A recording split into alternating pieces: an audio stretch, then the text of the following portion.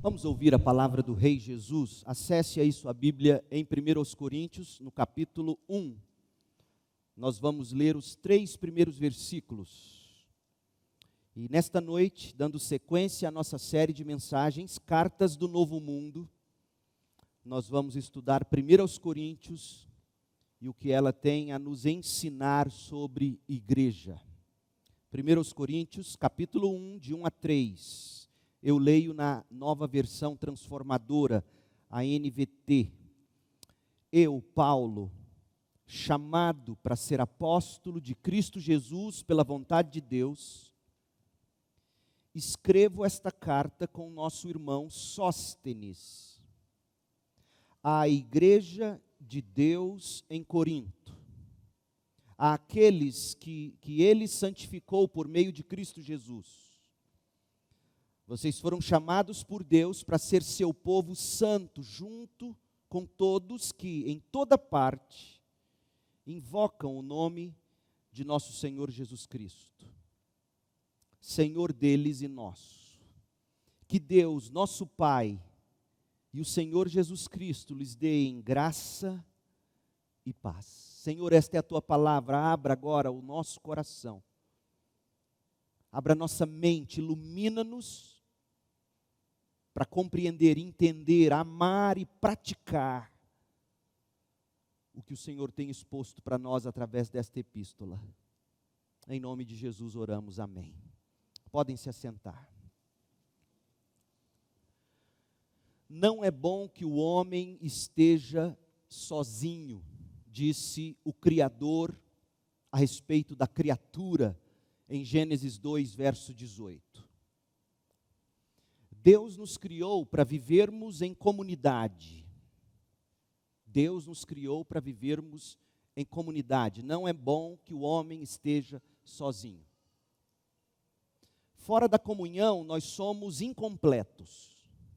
Fora da comunhão, nós ficamos desassistidos. Fora da comunhão, nós ficamos desamparados e descuidados. Salomão, o grande sábio de todos os tempos, ele atestou com propriedade que sozinho você se desgasta, correndo atrás do vento, buscando vaidade, bolhas de sabão para si mesmo, sem ter o que alcançar ou o que desfrutar debaixo do sol. Sozinho, disse o filho de Davi, Salomão, você corre o risco de cair e não conseguir se levantar. Sozinho você corre o risco de se esfriar e não tornar a aquecer-se.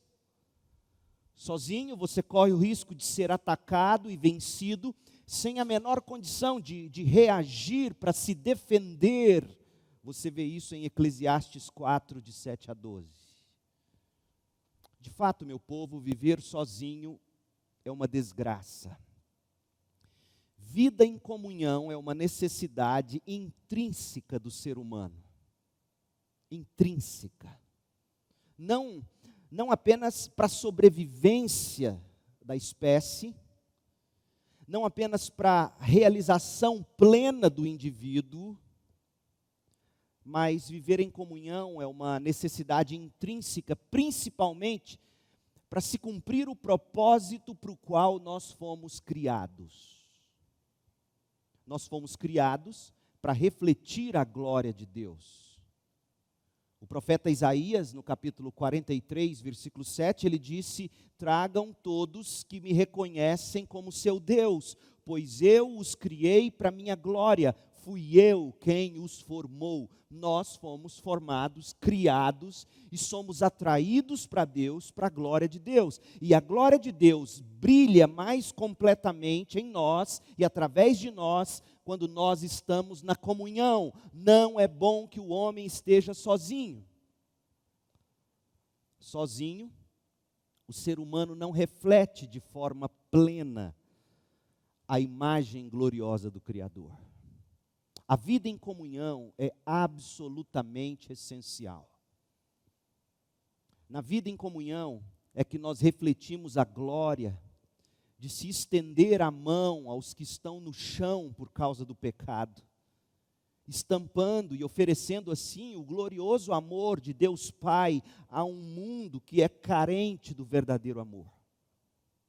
Na vida em comunhão é que nós refletimos a beleza de se aquecer o coração um do outro com fé, com esperança no Deus de toda glória que se revelou a nós nas Escrituras, desfilando e oferecendo assim a glória do Espírito Consolador de Deus a um mundo intrinsecamente desconsolado e sem saber aonde recorrer em busca de consolo e de satisfação.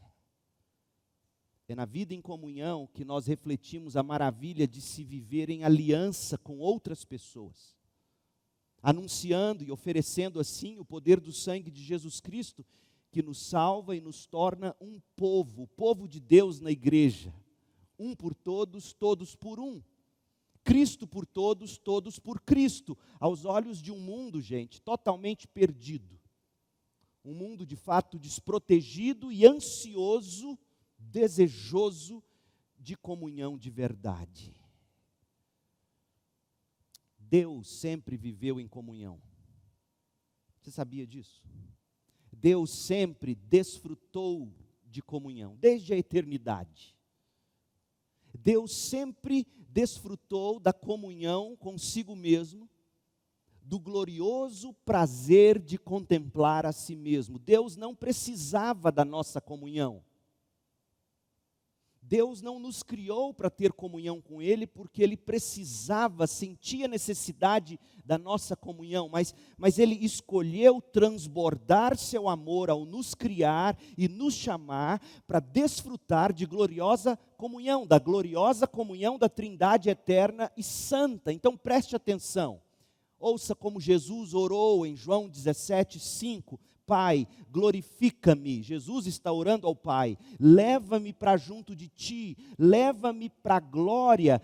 Leva-me para a glória que eu tive ao Teu lado antes do princípio do mundo. Antes de tudo, Deus já desfrutava de Sua própria glória. A vida em comunhão com Cristo e na igreja é a única maneira de se desfrutar do que realmente é o prazer. E especialmente aqui os solteiros que me ouvem. Se você compreendesse que o plano eterno de Deus não é a sua família, mas a igreja de Cristo, talvez você começasse a deixar de idolatrar a família como tanto se faz hoje em dia. Famílias existem porque a igreja existe. Famílias existem para que as famílias mostrem ao mundo, como Paulo mesmo vai dizer aos Efésios, e veremos isso quando chegarmos lá, para que marido e mulher reflitam no relacionamento pleno, o relacionamento de Cristo com a igreja. Então, se você é solteiro, você não pode cair na mentira do diabo que diz que você só será plenamente feliz se tiver casado. Não! Pelo contrário, e é nesta carta, 1 Coríntios 7, por exemplo, que Paulo vai dizer, não é bem assim.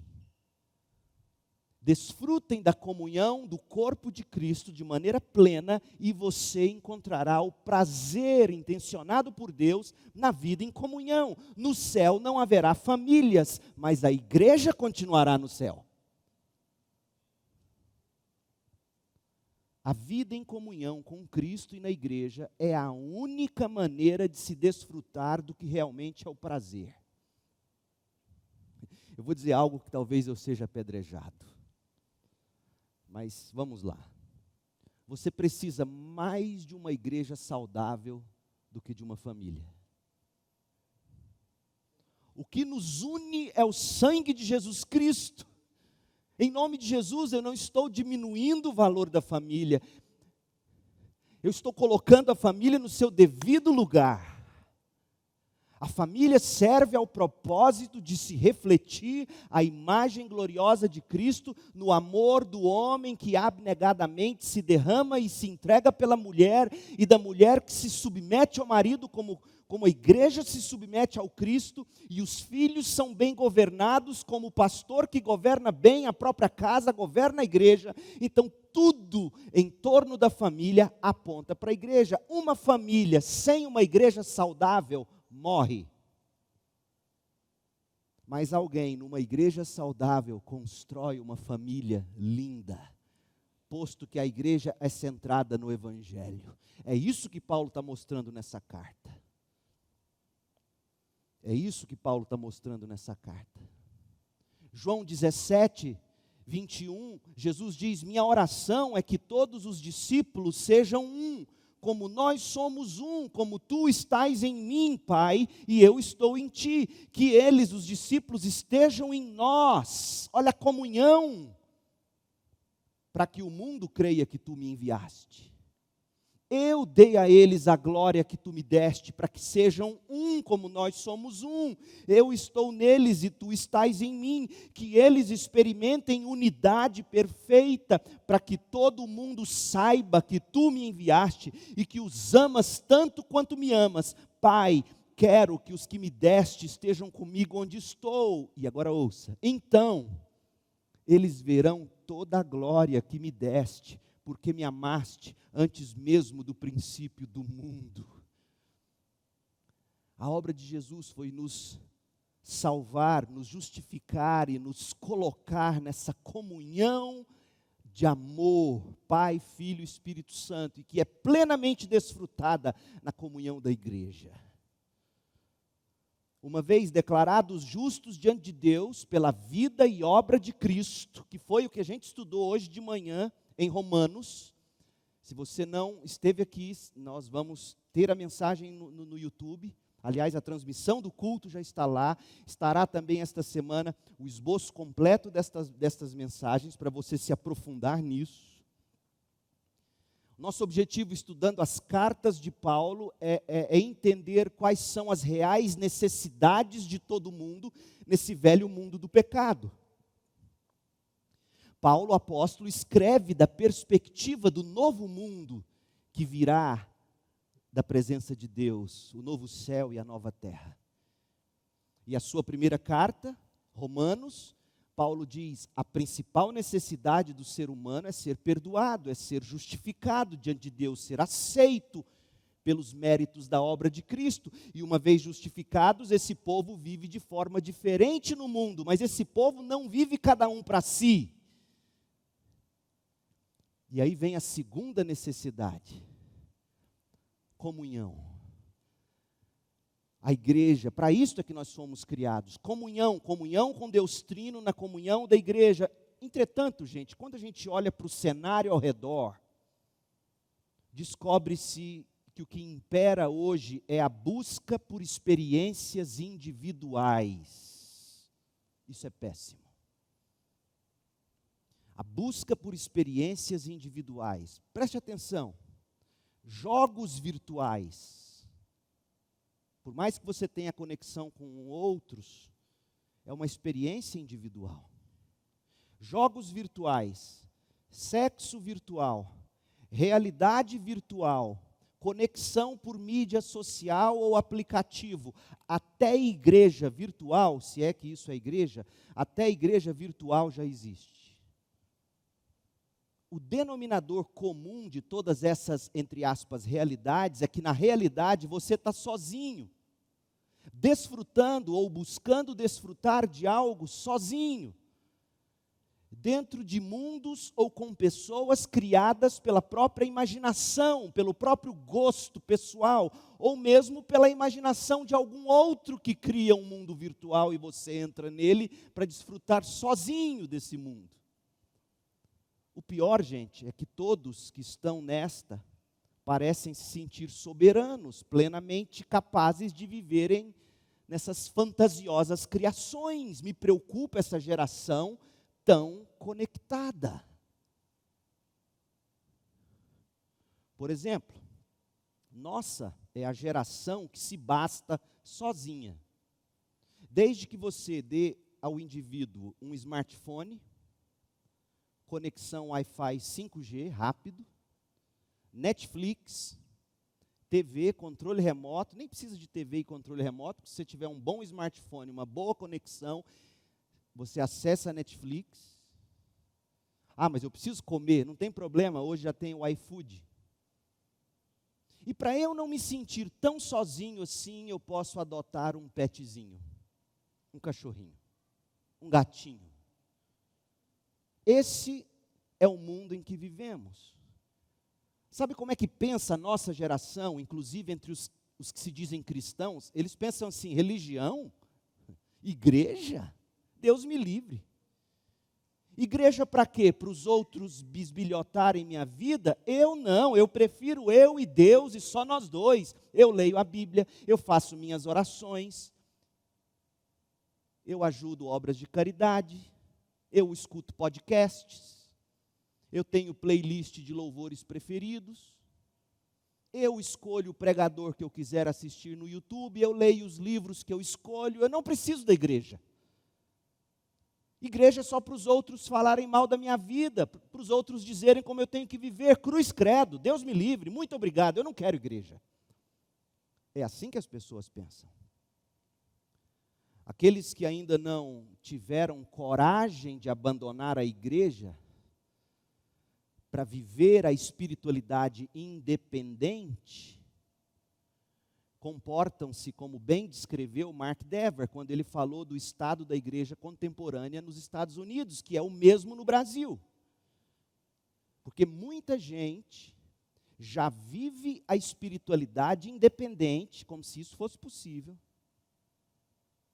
e não abandonaram a igreja porque tem medo da vovó achar ruim, do papai brigar, ou ele mesmo, ela mesma está ainda em dúvida. Não é verdade o que eu estou te dizendo? A maioria das pessoas prefere essa espiritualidade individualizada. Mark Dever disse assim sobre a igreja nos Estados Unidos: eu não estou dizendo que nos Estados Unidos modernos as igrejas estão para fechar. Nos Estados Unidos, a proporção de membros de igreja e de não membros de igreja permaneceu razoavelmente constante durante a maior parte do século XX.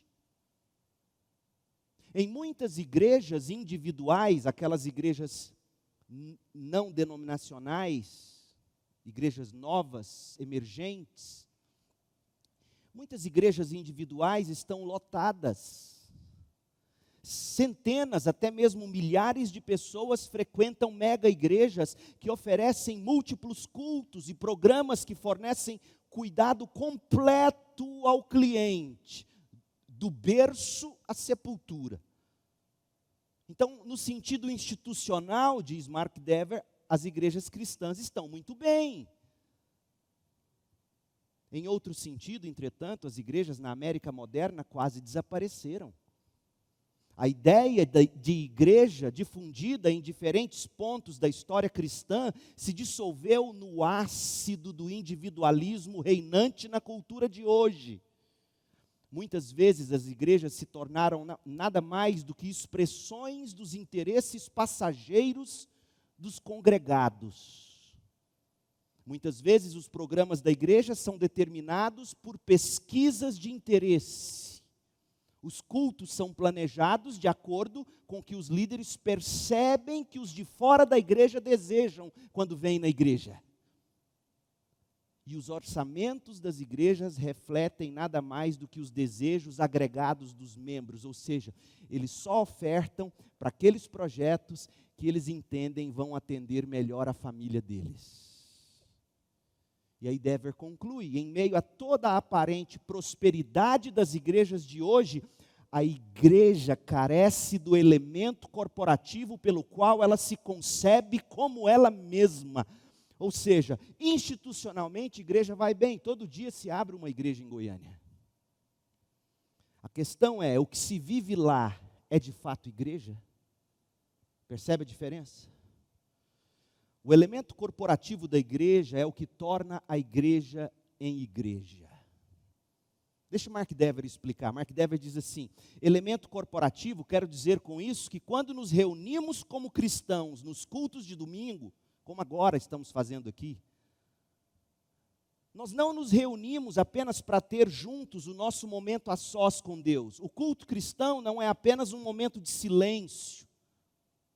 Nós não nos reunimos para orar, cantar e ler a Bíblia como fazemos nos outros dias da semana em casa, exceto que no domingo a gente faz isso com mais pessoas por perto e isso nos encoraja. Não, nada disso. Nós nos reunimos para participar da vida da nossa igreja. E quando nos reunimos, não fazemos como consumidores individuais que saem para fazer suas compras espirituais para a semana, procurando o que há de útil neste corredor de cânticos, ou naquele corredor de orações, examinando o sermão atentamente, navegando nas conversas pós-culto e levando tudo para casa em nosso carrinho de compras para o uso pessoal. Na verdade, nós nos reunimos como uma instituição viva, um organismo vivo, um corpo. Entendeu, igreja? Nós não viemos aqui para pegar aquilo que eu acho que eu preciso para vencer durante a semana. Eu não venho aqui para ter um momento com Deus ao redor de outros. Eu venho aqui para viver a vida de igreja. Por isso que no início do culto eu disse, procure a MCM, procure os homens, procure os pequenos grupos, envolva-se. Isso é igreja. Por que vir à igreja? Por que ser membro de igreja? Para que serve a igreja? Pense sobre isso. E você vai descobrir, e deveria ser para o seu espanto, o quanto você está mais centrado em você mesmo do que na verdade de Deus. A igreja, sabe para que a igreja existe? Para exibir o glorioso evangelho da justificação para a glória de Deus. Eu peço perdão a você por estar citando tão extensivamente o Mark Dever hoje à noite, mas hoje, sobretudo entre os batistas no mundo, não tem ninguém que tenha estudado e escrito com tanta propriedade sobre o significado de igreja como esse irmão, pastor batista Mark Dever, na Igreja Batista do Capitólio em Washington, nos Estados Unidos. A igreja dele, saudável, é um fenômeno. Já disse sobre essa igreja aqui, uma igreja que não passa de 950 membros. E quando eles superam esse número, eles encontram uma igreja na comunidade que esteja morrendo e eles se juntam a esse povo e transferem 50 membros para lá, para, como isca de coalhada, fazer aquela outra igreja crescer, e assim começa um movimento de igrejas na cidade. Eles não estão preocupados em comprar um terreno de 10 mil metros quadrados e construir um mega empreendimento religioso. Isso não é neotestamentário. Então, Mark Dever, ele tem escrito com muita propriedade e afirmando que a igreja é importante para a glória de Deus.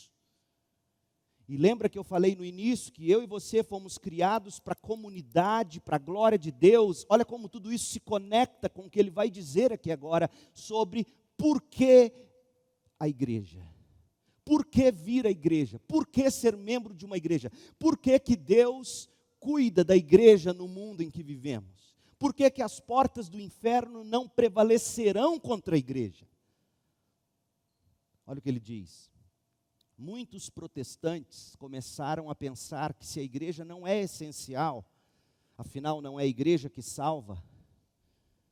Muitos protestantes começaram a pensar que se a igreja não é essencial ao evangelho, não é importante a igreja para o evangelho.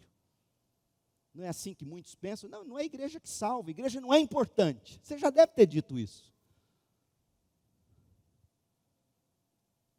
Se a igreja não é importante para a salvação, então a igreja não é importante para o evangelho. E aí Mark Dever diz, essa conclusão é falsa, antibíblica, perigosa. Nossas igrejas são a confirmação do evangelho. Nas reuniões da igreja, a Bíblia cristã é lida. Nas ordenanças da igreja, batismo e ceia, a obra de Cristo é exibida. Na vida da igreja, o caráter de Deus deve ser evidente. Uma igreja de caráter seriamente comprometido pode fazer o evangelho parecer irrelevante. Esse é o povo que o evangelho que você prega produz, o mundo dirá. É esse povo, mesquinho. A igreja é importante porque ela está vinculada ao próprio evangelho. A igreja deve ser a manifestação do evangelho. A igreja é o que o evangelho parece quando manifesto na vida das pessoas. O que é o evangelho? Olhe para como nós vivemos. Lembra dos imperativos de Paulo que nós vimos em Romanos 12 hoje? Romanos 12, Romanos 13, Romanos 14, Romanos 15. Esse tipo de gente que a justificação, o evangelho produz, que foi injetado na igreja e injetado na sociedade, esse tipo de gente mostra para o mundo, vivendo em comunidade, o que Deus faz quando Ele transforma alguém. Então a igreja torna o evangelho visível. Remova a igreja e assim você remove a manifestação visível do evangelho no mundo.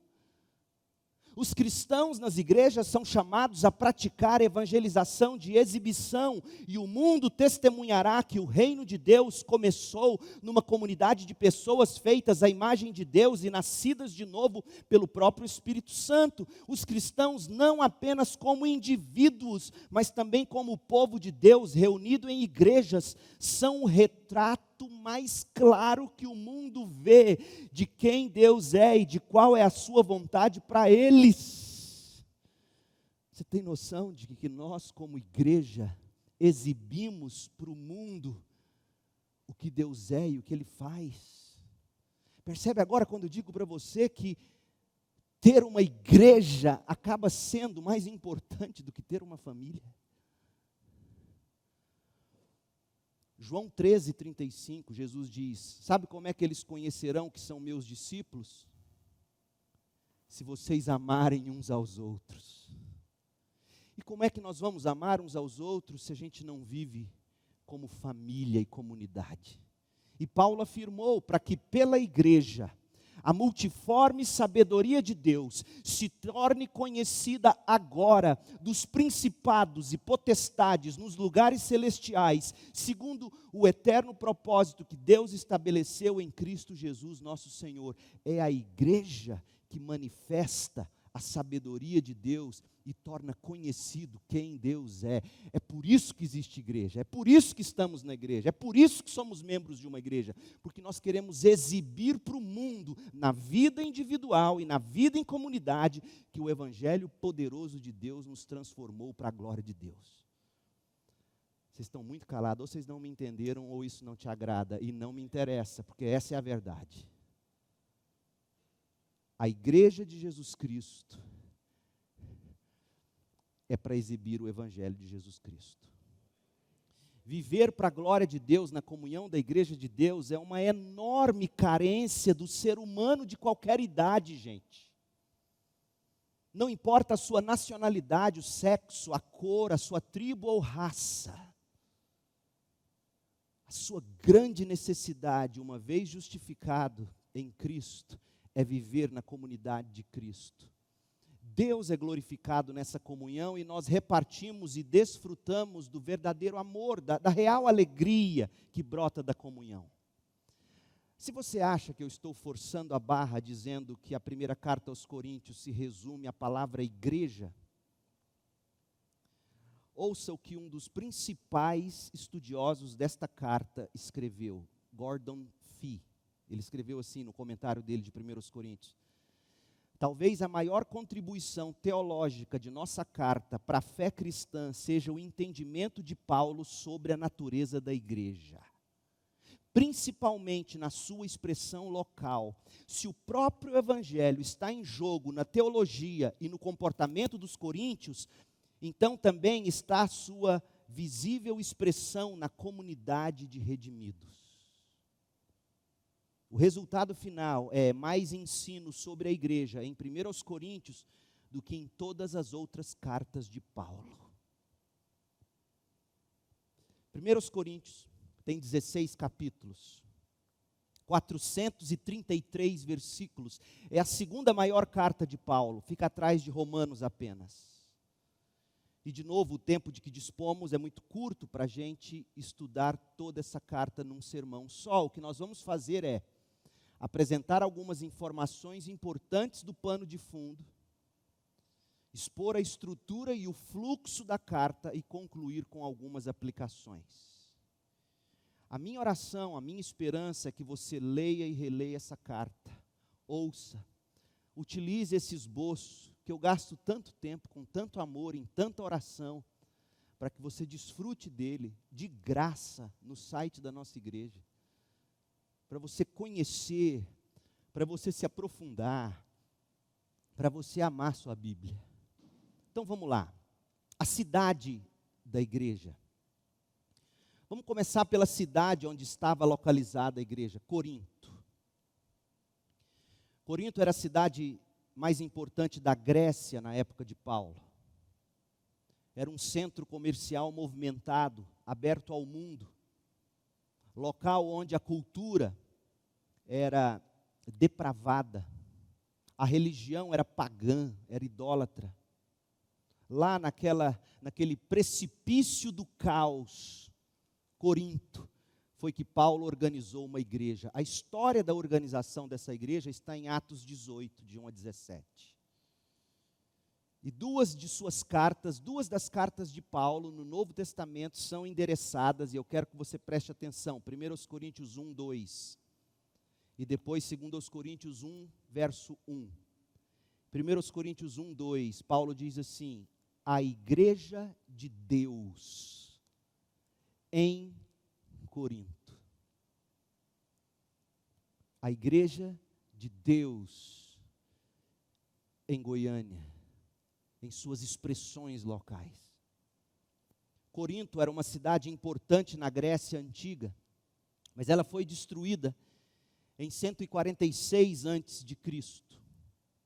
O imperador romano, Júlio César, reconstruiu essa cidade como colônia no ano 46 a.C. E aí a cidade cresceu, prosperou, tornou-se a capital da província da Acaia, segundo os Coríntios 1, verso 1.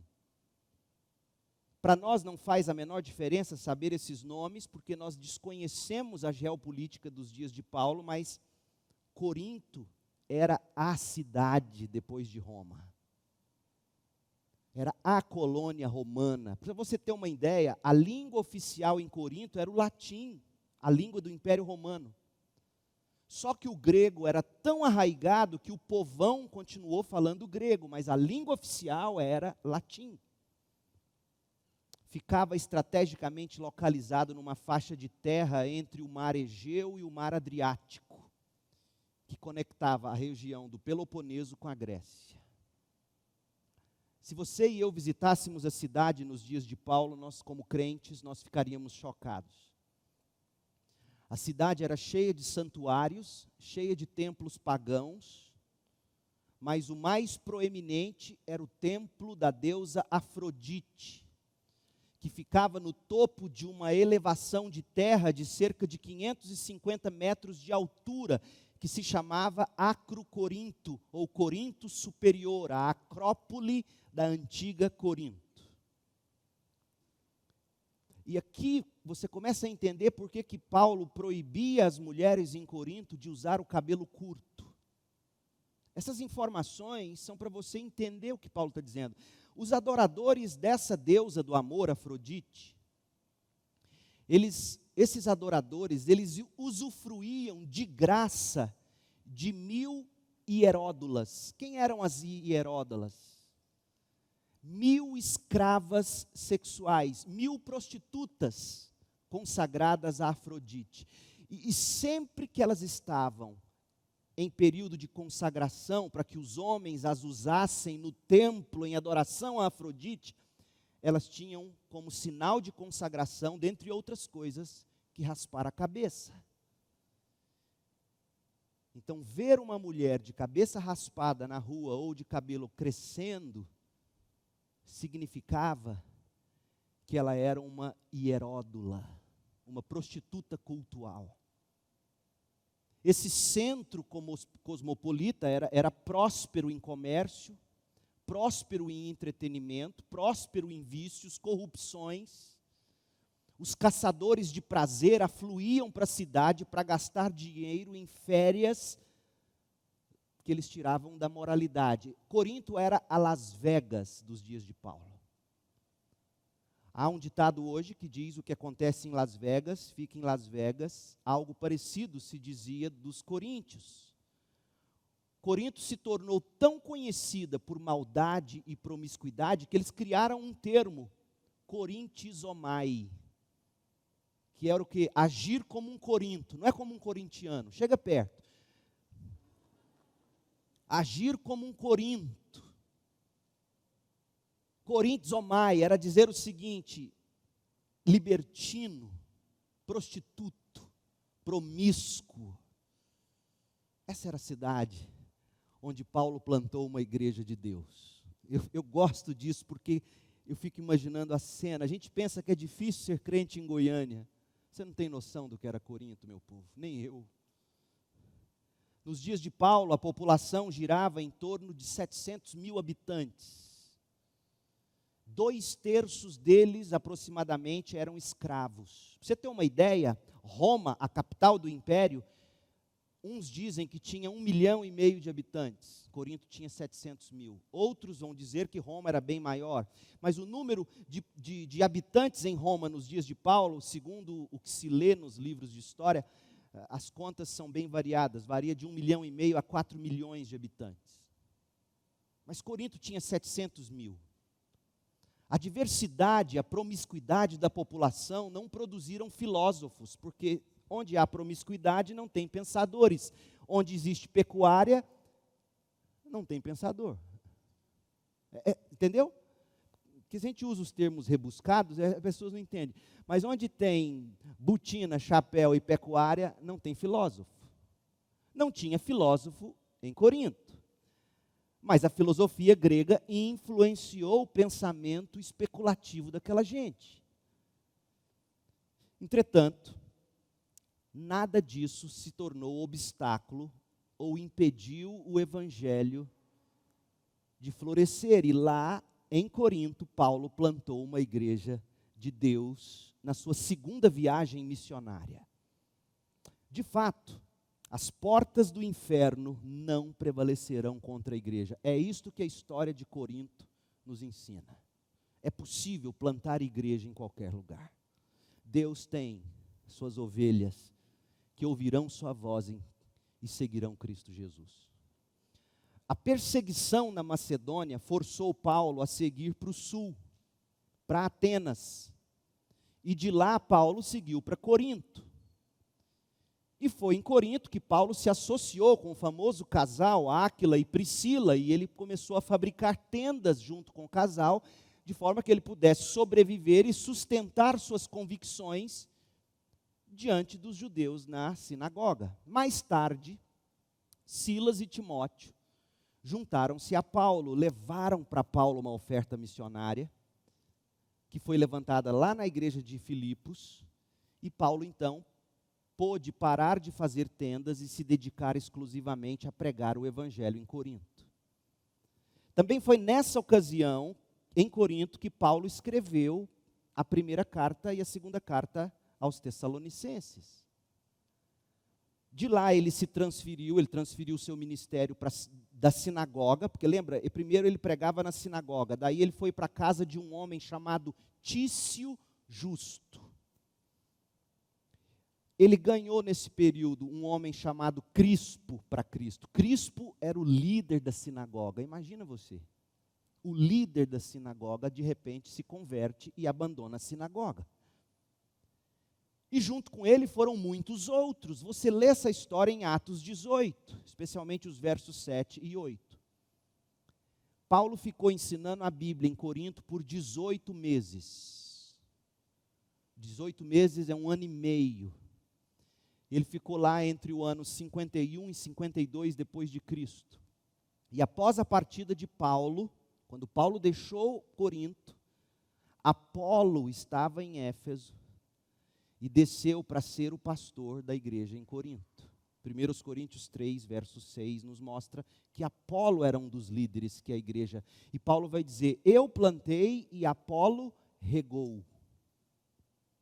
Então, quando Paulo estava ensinando e pregando na cidade de Éfeso, durante sua terceira viagem missionária, foi que ele, interrompido por relatos de membros da família do Clói, contando para ele que tinha brigas dentro da igreja de Corinto, igreja esta em que ele devotou 1 ano e meio da vida dele ensinando. Isso entristeceu muito Paulo.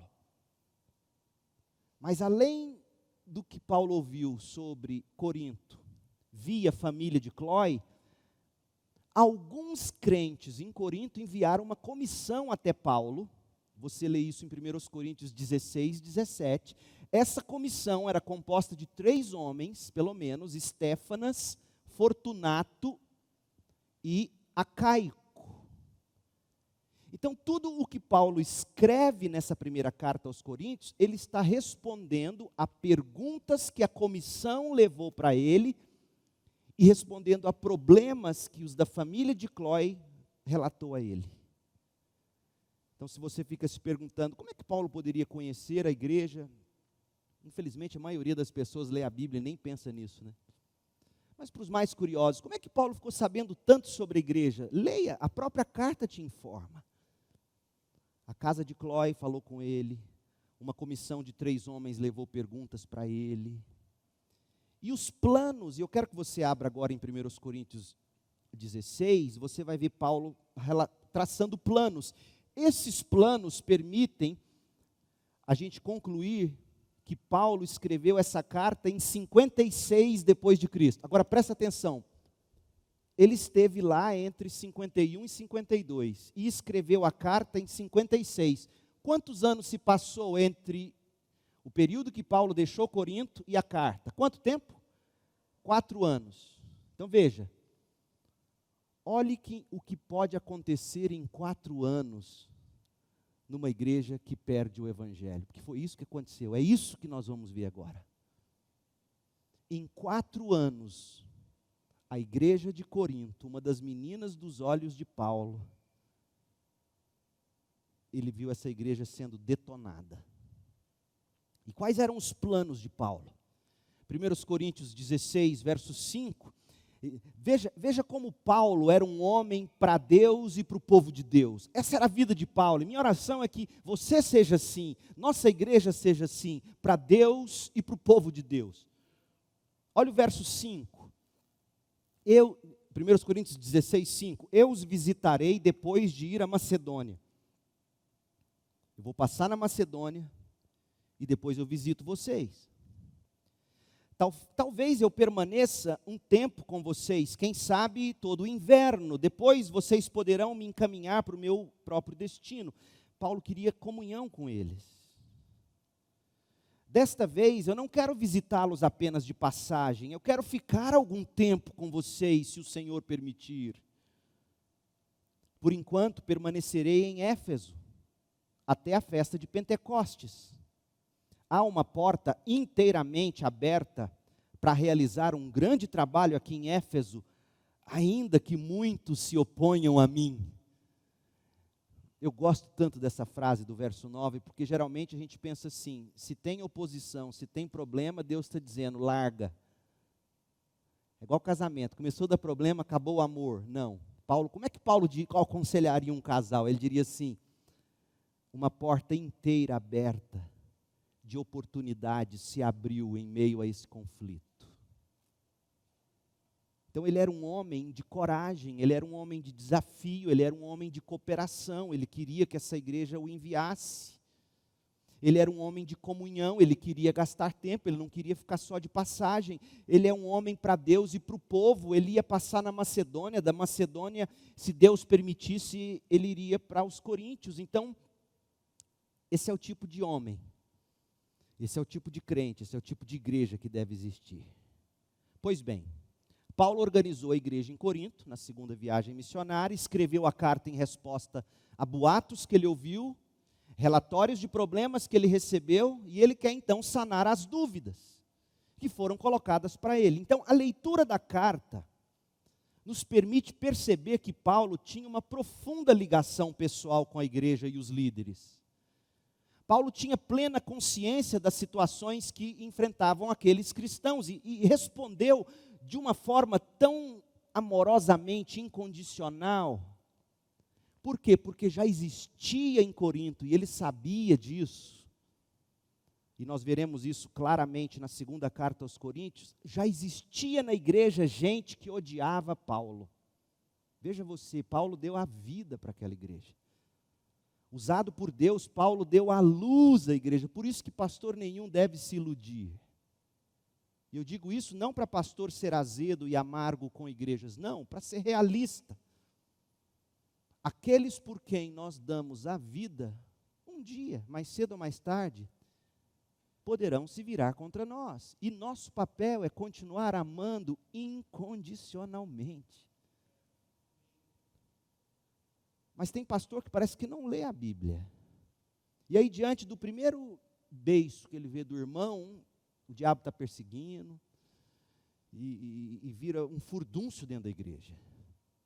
Já existia gente que preferia Apolo. Apolo prega muito melhor do que Paulo. Eu prefiro Pedro. Eu não sou de Paulo, eu não sou de Pedro, eu não sou de ninguém, eu sou de Jesus, dizia o quarto grupo. Já viu crente assim? Prefiro pastor Arildo, prega 15 minutos. Eu não, gosto do pastor Leandro, 1h30. Eu não sigo nenhum dos dois, eu sigo Jesus. Aqui não tem isso, né? Mas era assim lá.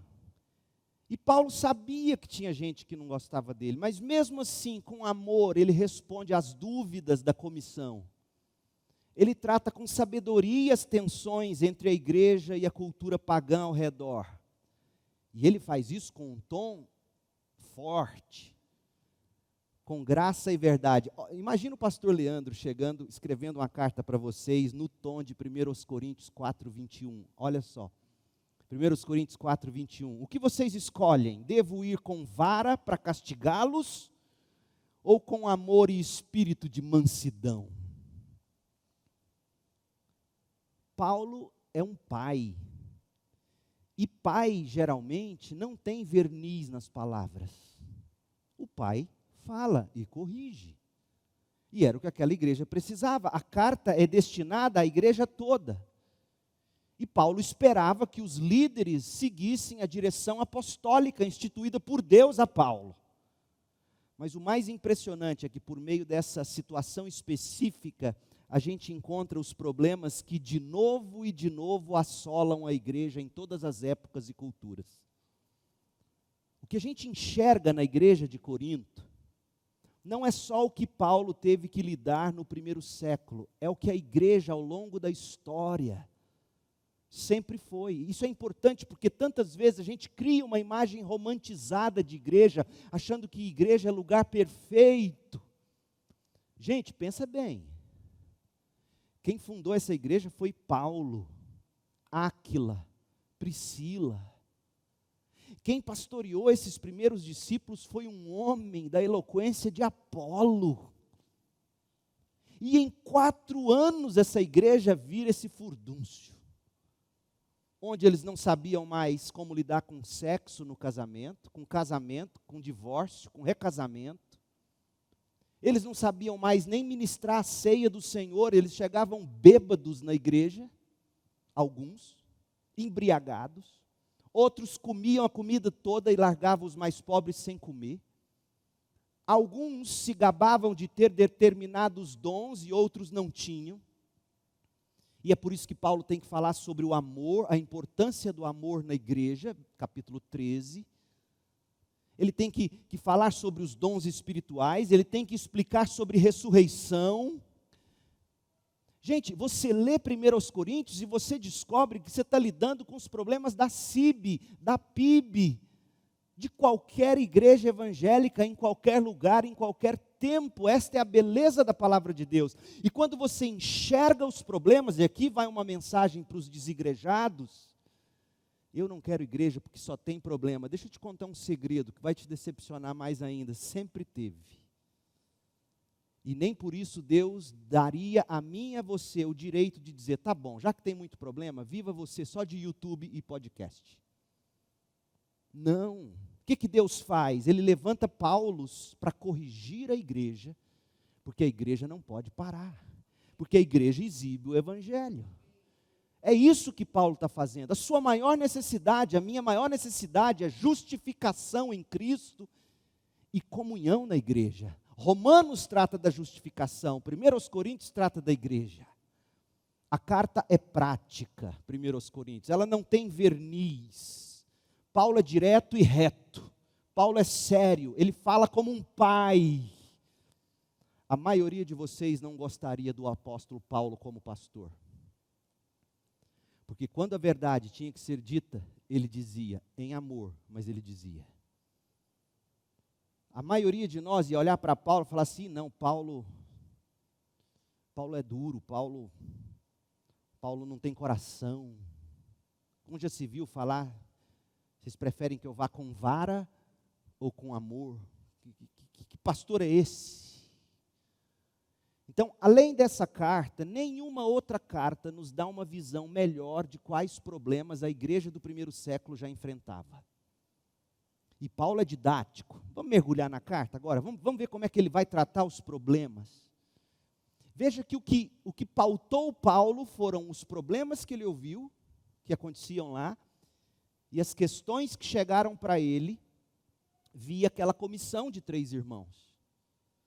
A gente sabe que Paulo já tinha escrito uma carta antes dessa, e é provável que aquela primeira carta não tivesse abordado todos os problemas, e por isso a comissão manda esse pedido de esclarecimento, de ajuda e de ensino para que Paulo pudesse. E aí no capítulo 7, no capítulo 8, no 11, no 12, no 16, ele vive dizendo, usando a expressão, agora, quanto às perguntas tais, eu digo o seguinte, quanto às perguntas sobre, eu digo o seguinte, você vai lendo 1 Coríntios 7, 1, 7, 25, 8, 1, 11, 2 e assim por diante. Paulo está respondendo a tudo que ele ouviu e a tudo que lhe foi perguntado.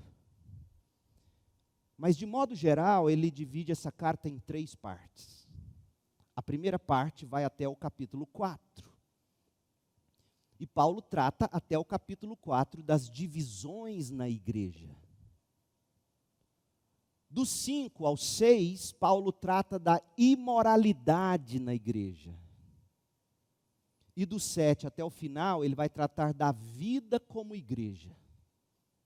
Então, do 1 ao 4, Paulo trata de divisões na igreja. E é importante você entender isso quando você está lendo os capítulos 1, 2, 3 e 4. Porque ele vai falar tanto da cruz. E, de novo, Paulo não resolveria problema de divisão entre nós, tratando de preferências pessoais. Ele usaria a cruz. Quando chegarmos a Filipenses, nós vamos ver a união feminina da igreja dividida. E uma igreja com mulheres briguentas. E ele diz, vocês têm que ter o mesmo espírito de Cristo Jesus, têm que ser humildes. Ele leva aquelas irmãs piedosas, mais briguentas, para a cruz. É a cruz que sara divisões na igreja, é a cruz que cura conflito entre marido e mulher, é a cruz que cura conflito entre amigos. Então, quando ele vai tratar das divisões na igreja, ele põe a cruz. Ele vai tratar da imoralidade na igreja, ele diz disciplina.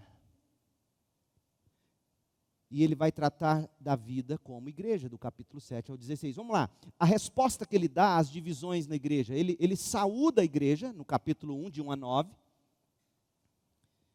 E ele então passa a atacar direto, ele vai direto ao ponto, ele diz, vocês não podem cultuar personalidades.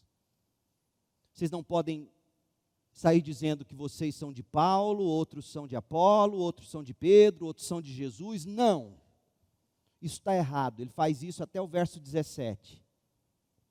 E aí no capítulo 1, do 18 até lá adiante, ele vai de sabedoria, de inteligência, ele vai levar esse povo a Cristo.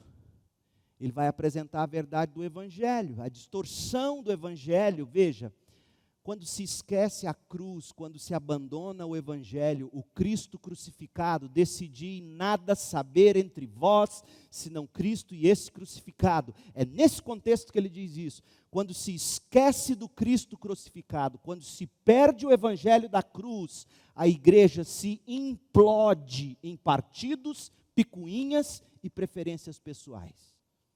Toda igreja que está sofrendo com picuinhas, preferências pessoais e partidos, se você examinar a raiz do problema, é que o evangelho da cruz foi abandonado.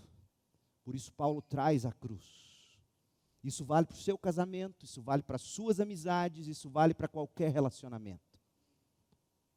Capítulo 3, os grupinhos que existiam entre os santos em Corinto eram indicação de imaturidade. Grupinho é retrato de crentes imaturos, se não de falta de conversão. Porque Paulo vai dizer no capítulo 3, eu tive que tratar vocês como se fossem carnais. Eu tive que tratar vocês como se vocês não fossem crentes.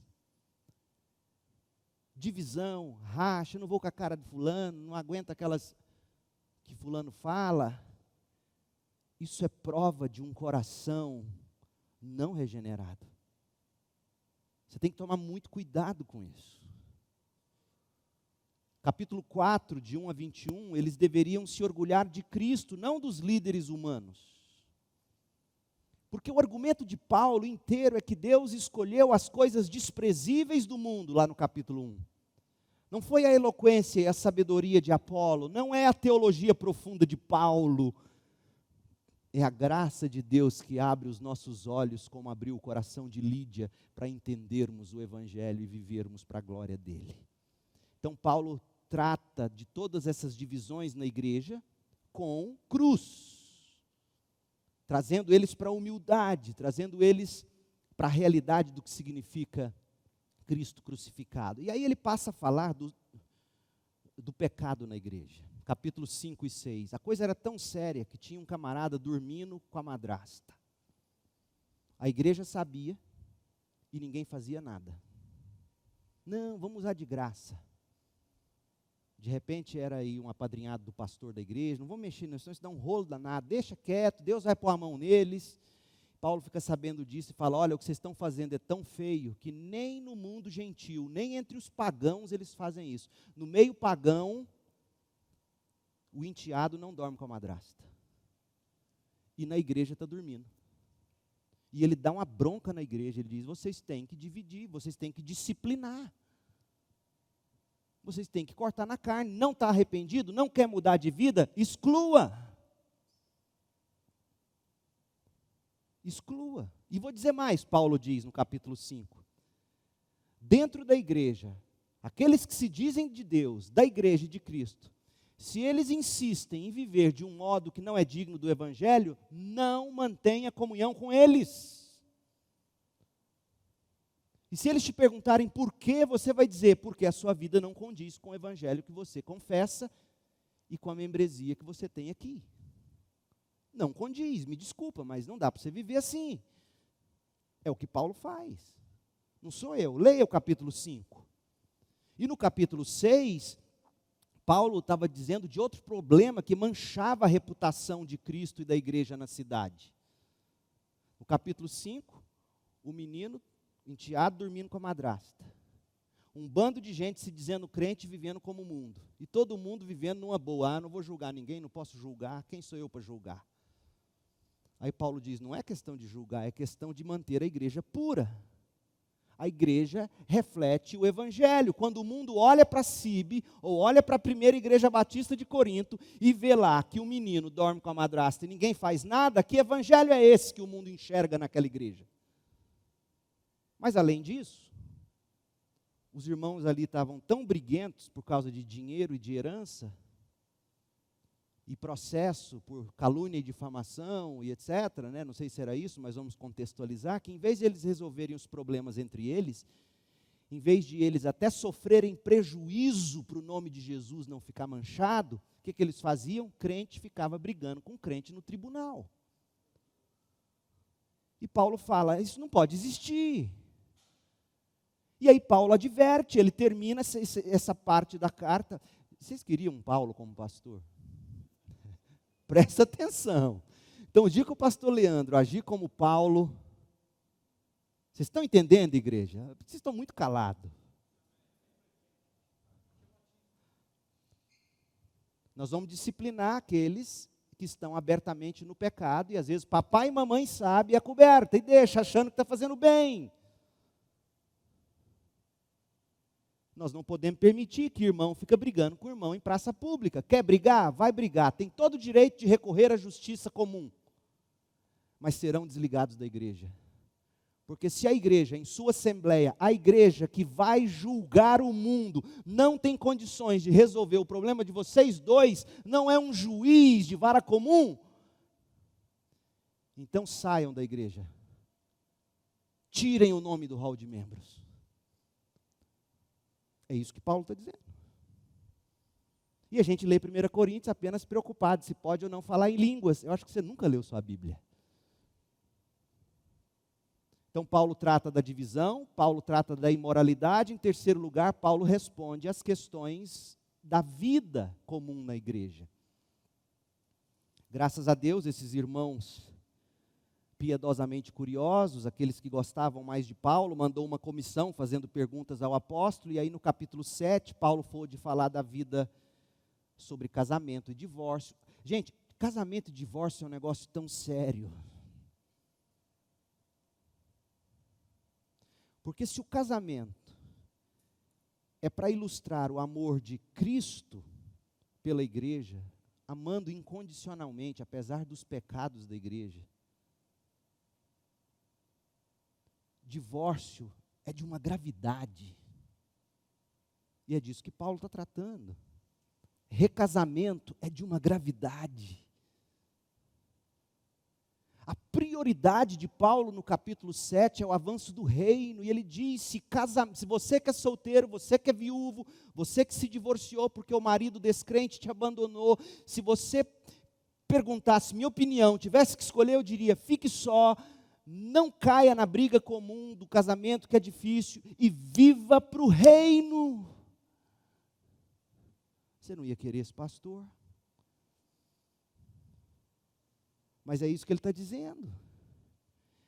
A vida comum na igreja, a prioridade é o reino. Vai começar um namoro, Paulo te diria, esse namoro vai tirar você do discipulado, vai tirar você de ganhar outros para Cristo, vai tirar você da comunhão da igreja, não serve, esse casamento não servirá.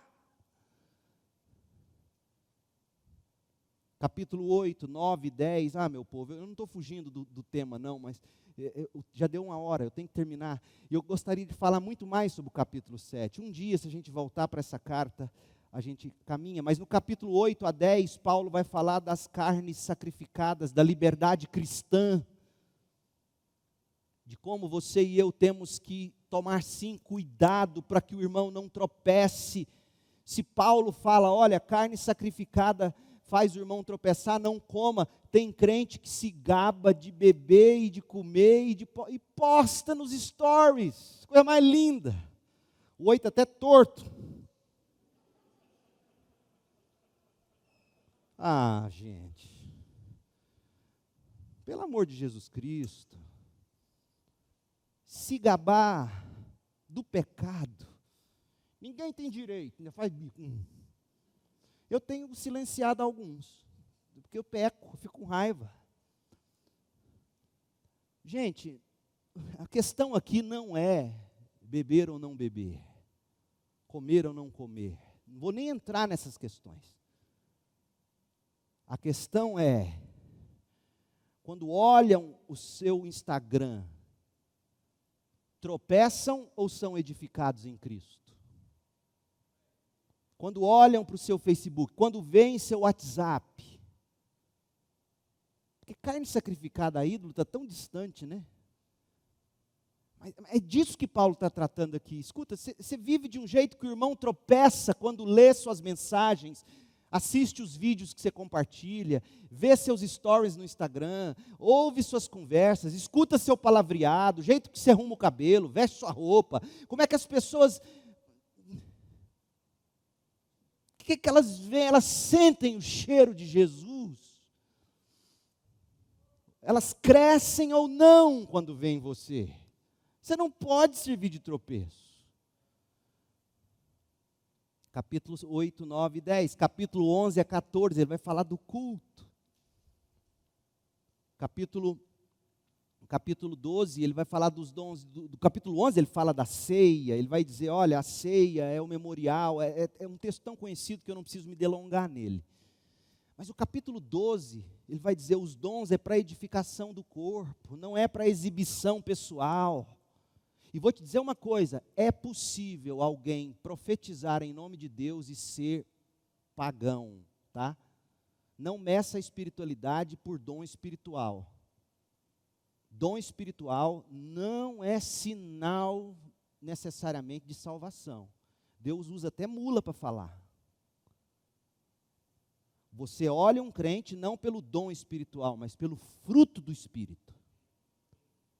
E aí Paulo vai dizer que os dons é para edificação, e ele vai dizer, se não tiver amor, você pode falar em língua, vai ser um barulhão. Você pode ter o dom de ensinar, você vai ser um arrogante. Se não tiver amor, não adianta. Amor é o que deve unir vocês, igreja. Amor pelo diferente. Amor por aquele que tem um dom que o faz aparecer mais. Geralmente o que tem um dom inferior olha para o que aparece mais, fica com ciúme. Amor é o que deve unir vocês. Capítulo 14 vai dizer, o culto da igreja tem que ser com decência, com ordem, tem que ser para edificação, de forma que quando o incrédulo entra no meio da igreja, escuta o pastor pregar, escuta os cânticos, eles ouvem Deus mesmo e diz, Deus está entre esse povo, mas se eles entrarem na igreja e ver um povo lá, aleluia, glória a Deus, falando em língua, pulando, esse povo é doido, está precisando de um risperidona. E aí Paulo mostra que o culto é para edificação. E na medida em que o culto edifica, o pagão se converte. O culto não é voltado para a necessidade do incrédulo que precisa vir ao culto. Escute isso. Capítulo 14. O culto é desenhado para a edificação dos crentes, porque o evangelho é também para crente. Todo culto é evangelístico e todo culto é doutrinário nesse sentido. E o culto ele é feito não para atrair o incrédulo, o culto é feito para edificar os crentes. E quando o incrédulo entra, ele tem que vir, e ele escuta o evangelho sendo pregado e aplicado, ele diz, Deus está aqui.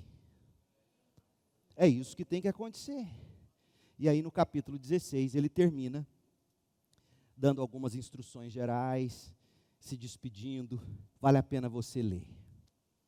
Mas eu quero concluir dizendo algumas coisas. Primeira, eu disse para você, com base nas Escrituras, as nossas necessidades, as nossas reais carências não devem ser definidas pela cultura, eu disse hoje de manhã.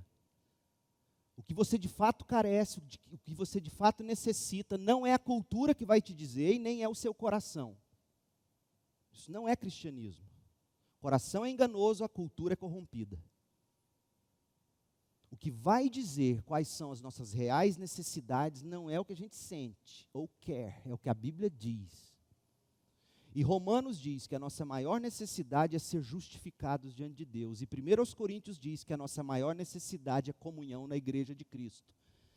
Para como um corpo, juntos, a gente poder exibir o Evangelho. Olha o que o Evangelho de Jesus faz na vida daquele povo que congrega na Segunda Igreja Batista em Goiânia.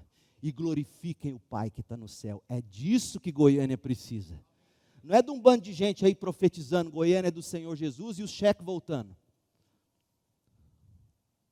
E o rolo acontecendo, e o pau quebrando, e irmão contra irmão na justiça. E os maiores assistidos na Defensoria Pública de Goiás, dá vontade de dizer o nome das igrejas.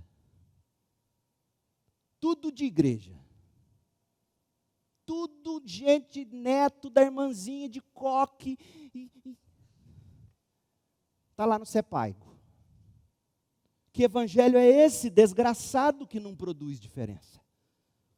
A igreja precisa ser essa exibição do milagre do evangelho. A gente gosta uns dos outros porque Cristo nos amou. E quando eu não gosto, eu busco gostar porque Cristo amou. E aí, você pode perguntar, pastor, mas a igreja é tão difícil. Eu sei, por isso que a igreja tem que buscar a santidade, porque Deus é santo. E ela busca a santidade, como Paulo ensina em tantos textos da carta, mas especialmente no capítulo 5, aplicando a disciplina. Não está andando segundo as Escrituras, não está cumprindo o nosso pacto, nós vamos exortar em amor, não adiantou, disciplina. É assim que a igreja vai se mantendo pura. Nós não estamos dizendo que quem está sendo disciplinado não vai para o céu, mas nós também não podemos dizer que ele vai mantendo ele no hall de membros. Entenderam? Outra coisa, nós temos que buscar ser um corpo, porque Deus é um. E nós temos que buscar ser amorosos, porque Deus é amor. O capítulo 11 é sobre o amor de Deus, que se entregou por nós, é o que se celebra na ceia. Todo mês a gente encena o amor de Cristo, celebrando a ceia, e nós temos que ser dessa gente que ama. A igreja existe para manifestar esse caráter glorioso de Deus, o Deus que é santo, o Deus que é um, e o Deus que é amoroso. Para isso existe a igreja. E o mundo olha para nós e ele tem que ver em nós isso. Uma igreja que busca ser santa porque o Deus deles é santo. Uma igreja que busca ser um porque o Deus deles, apesar de Pai, Filho e Espírito Santo, é um. Eles buscam ser amorosos porque o Deus deles ama. É para isso que existe a igreja. E eu concluo citando Mark Dever. Ele diz assim: se cultivarmos em nossa igreja uma santidade subcristã que tolera o pecado, enganaremos as pessoas sobre o caráter de Deus. Escutou? Se cultivarmos uma unidade subcristã que encobre as divisões que realmente importam em questões de doutrina, mas que se orgulha de unidade em torno de questões menores e secundárias, confundiremos as pessoas sobre a pessoa de Deus. Se cultivarmos um amor subcristão que não passa de puro sentimentalismo e sentimento de família, mentiremos para o mundo sobre o propósito de Deus. Todas essas coisas mantêm sobre Deus, ou mentem sobre Deus, deturpando sua pessoa e como Ele de fato é. A verdadeira santidade inclui disciplina, a verdadeira unidade deve ser em torno de Cristo, e a diversidade dos membros dará testemunho do que realmente nos une, Cristo, e não preferências, e não programas. E o amor verdadeiro vai mais fundo do que o mero sentimento ou performance piedosa. O verdadeiro amor irá nos atrair para um estranho, um que é diferente de mim, porque foi esse tipo de amor que Deus demonstrou por mim, um estranho pecador. Oh, meu povo, essa é a igreja que precisamos ser. O que te faz vir à igreja? O que te faz ser membro de igreja? Deixa eu te dizer, para você estampar o milagre do Evangelho. Deus é santo, Deus é um, Deus é amor. E é isso que a gente busca ser como igreja. Então busque Cristo, arrependa-se, creia, seja justificado diante de Deus. E prefira uma igreja que batalhe pela santidade, pela unidade e pela prática do amor. Você precisa dessa comunhão. Você precisa da igreja. Oremos. Ó Deus, a minha oração é que o Senhor mesmo convença os que me ouvem de que fomos criados para comunhão. A comunhão que reflita quem Tu és, não nossas preferências e gostos. Uma comunhão que reflita que o Senhor ama a ponto de buscar aqueles tão diferentes do Senhor. Buscar em amor. Uma comunhão que reflita a Tua santidade, onde nós nos edificamos mutuamente e não toleramos a hipocrisia. O pecado não confessado, o pecado não arrependido. Uma igreja santa, uma igreja unida, uma igreja que é um corpo, com diversos membros e dons que agem para edificação mútua, cheios de amor. Que o mundo possa olhar para nós e nos ver assim como igreja. A segunda igreja batista, a igreja de Deus em Goiânia. Ó Deus, faça de nós essa gente, traga mais para este aprisco as tuas ovelhas, aquelas que deverão ouvir tua voz através da nossa vida e do nosso testemunho, da nossa voz. Traga, Senhor, possamos em 2021 ver um crescimento, um boom, almas se convertendo, vidas se rendendo, sendo justificadas diante de Deus por meio de Cristo e sendo unidas à igreja pela profissão pública de fé e o batismo, unindo-se por pacto para viver como igreja que exibe o glorioso evangelho de Jesus. Faça de nós essa igreja. Nós oramos agradecidos em nome de Jesus. Amém.